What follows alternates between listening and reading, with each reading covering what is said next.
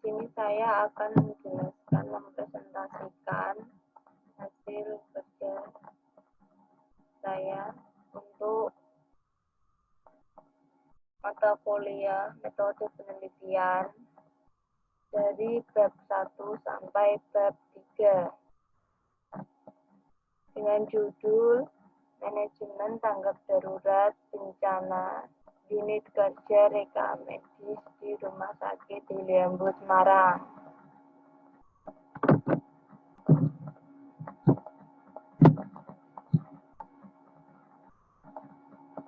Bab 1 Pendahuluan. Latar belakang.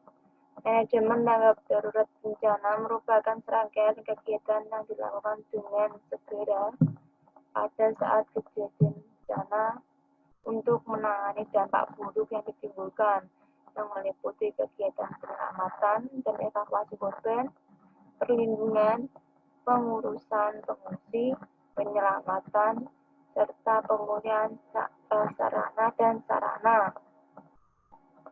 Bencana adalah peristiwa atau rangkaian peristiwa yang mengancam dan mengganggu kehidupan dan menghidupkan masyarakat yang disebabkan baik oleh faktor alam dan atau faktor non-alam maupun faktor manusia, sehingga mengakibatkan timbulnya korban jiwa manusia, kerusakan lingkungan, kerugian harta benda, dan dampak psikologis.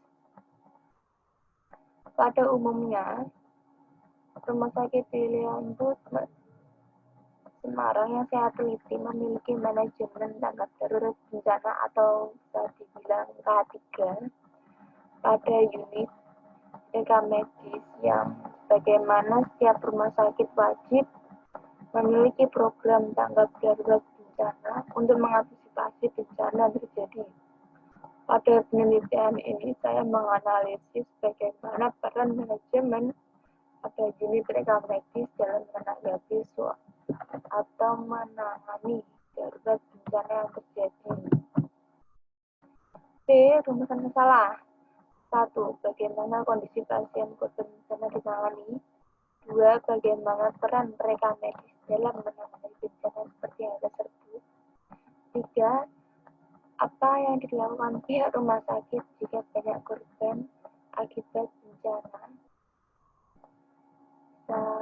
banjir misalnya. 4. Apa saja yang harus disiapkan oleh para petugas reka medis jika kedatangan korban bencana akibat bencana alam. C. Tujuan penelitian. 1. Tujuan umum, yaitu penelitian ini bertujuan untuk mengetahui gambaran peran manajemen tanggap darurat bencana banjir pada unit kerja reka medis di Rumah Sakit Umum Hiliambut Semarang. 2. Penelitian tujuan khusus, yaitu ada 3. A. Mendeskripsikan peran manajemen tanggap darurat bencana unit kerja reka medis. B. Mendeskripsikan pelaksanaan program tanggap darurat bencana pedoman petunjuk teknis dan SOP untuk petugas reka medis. Lalu C. Mendeskripsikan program tanggap darurat bencana pada petugas reka medis. Lalu D. Ada manfaat penelitian. Adapun manfaat dari penelitian karya tulis ilmiah adalah sebagai berikut. Ada 4. 1. Memanfaatkan sebagai teknologi informasi, alat, dan apapun di sekitar untuk menciptakan sebuah proyek atau apapun itu yang bermanfaat. 2. Memberikan pengetahuan yang lebih kepada para membaca hasil tulisan secara luas tentang informasi dari topik yang kita angkat. 3. Membuat pihak yang akan menjadi tujuan dari karya ilmiah mudah memahami tujuan dari pihak yang akan memberi karya ilmiah.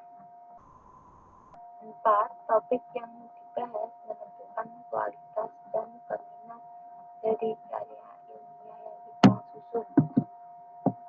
Lalu Lingkup penelitian terdiri dari atas lingkup keilmuan, yaitu ilmu rekam medis dan informasi kesehatan atau disebut RMK.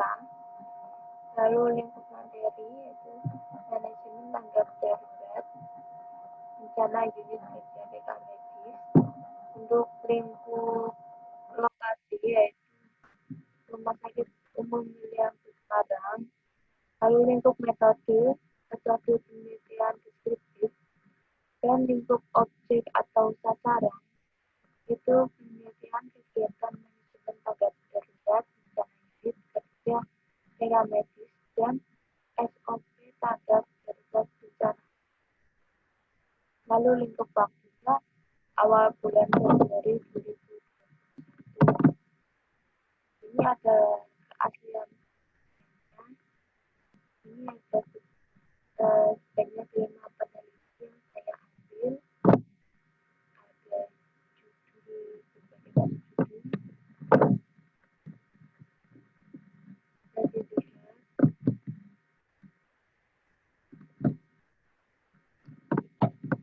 Lalu kedua, kerangka teori dan kerangka konsep.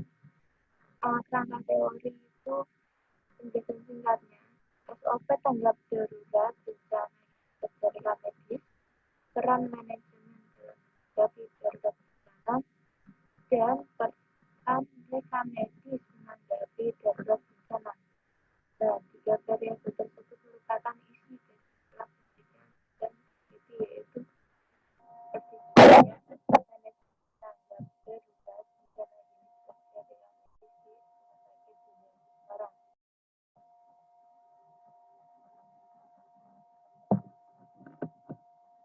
Lalu ada B, kerangka konsep.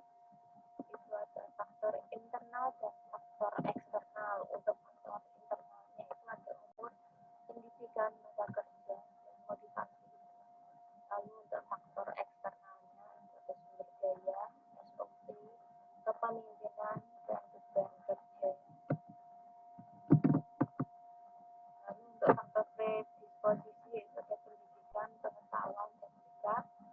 Untuk faktor pendukung ada 2, persediaan SOP tanggap darurat bencana dan ketersediaan fasilitas K3. Untuk faktor penguat yaitu kebijakan atau aturan dengan URM, lalu dukungan pimpinan, dan reward and punishment.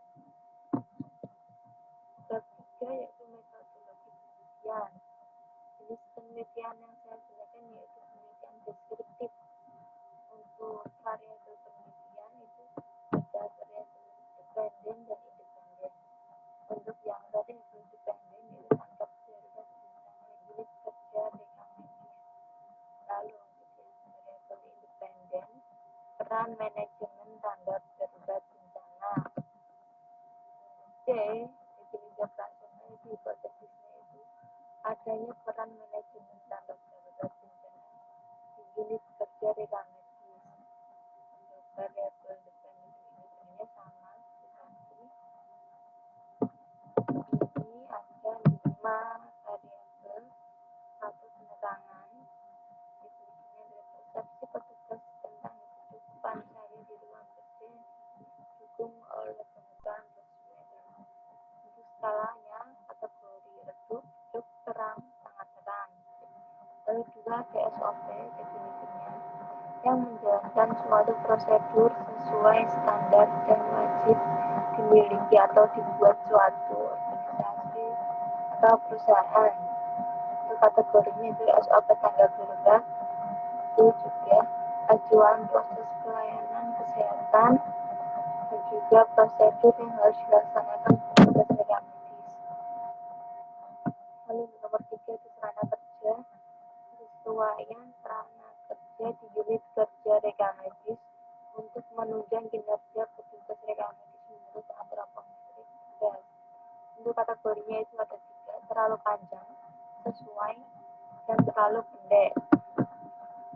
Ada suhu, persepsi petugas terhadap kesesuaian temperatur dalam derajat Celcius di ruang kerja untuk kenyamanan petugas rekam medis yang diukur dengan menggunakan termometer ruang. Itu ada kategorinya, ada panas, cukup nyaman, dan dingin. Lalu untuk 5 itu fasilitas K3 merupakan fasilitas kesehatan dan keselamatan kerja yang wajib ada dan selalu dibawa dan digunakan jika dalam keadaan darurat bencana. Untuk kategorinya itu ada APAR, film pengaman, masker, APD, sarung tangan, dan masih banyak lagi. D. Populasi dan sampel atau subjek dan objek penelitian. Di sini saya menggunakan subjek dan objek penelitian. Subjek penelitian itu petugas manajemen unit kecerdasan medis dan petugas rekamik sendiri. Untuk objek penelitiannya itu kegiatan manajemen tanggap darurat bencana unit kecerdasan medis dan SOP tanggap darurat bencana. Untuk pengumpulan data yaitu menggunakan pengukuran variabel, yaitu pengukuran yang dilakukan pada subjek yang sama secara berulang oleh pengukur yang sama atau berbeda menghasilkan nilai yang sama, yaitu konsisten dan stabil. Teknik pengambilan data yang saya gunakan yaitu wawancara secara terstruktur dengan salah satu petugas rekam medis di rumah sakit yang saya teliti. Pengolahan data yaitu pengolahan data yang digunakan dalam penelitian ini yaitu kualitatif, yang sebagaimana sudah dituliskan di awal, yaitu metode pengumpulan data dengan menggunakan wawancara terstruktur, dan juga data yang disajikan sudah memuat beberapa hal yang perlu dituliskan di definisi operasional. Lalu yang terakhir ada analisa data. Cara analisa data, penelitian yang dilakukan untuk memperoleh gambaran dan jawaban dari hasil penelitian yang dilakukan, yaitu ada utility, memanfaatkan waktu serta fasilitas ketika dengan sebaik dan semaksimal mungkin.